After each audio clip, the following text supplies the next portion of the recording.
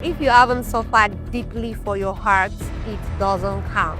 And I am back again. There's something I've noticed in the creative industry, especially for us DJs and even those in the entertainment space, that if your story isn't soaked and laced in struggle, it doesn't sound legit.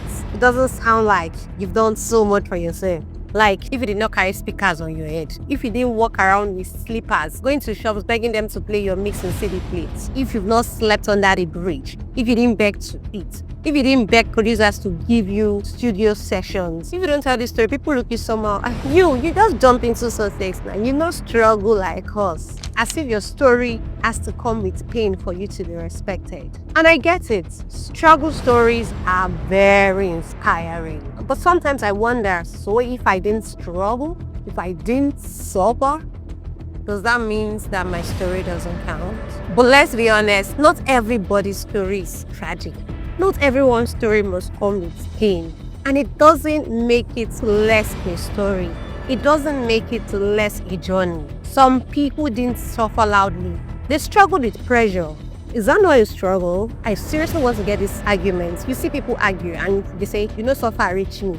I suffer past you. I don't understand. Why are you dragging? Some persons didn't actually suffer loudly. They suffered with doubting themselves. They suffered with not getting gigs, even though they do so much for themselves. They suffer with a lot of things, and that counts for story, right? It's inspiring. I don't have to sleep under the bridge or beg producers to give me studio session or beg people to play my song for it to count like I've actually really suffered in this industry.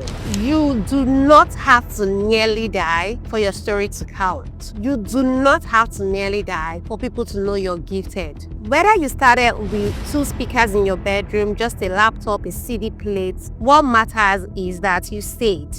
You stayed true to your game. You kept growing. You stayed consistent. Struggle, suffering isn't the only receipt for passion, and that's enough.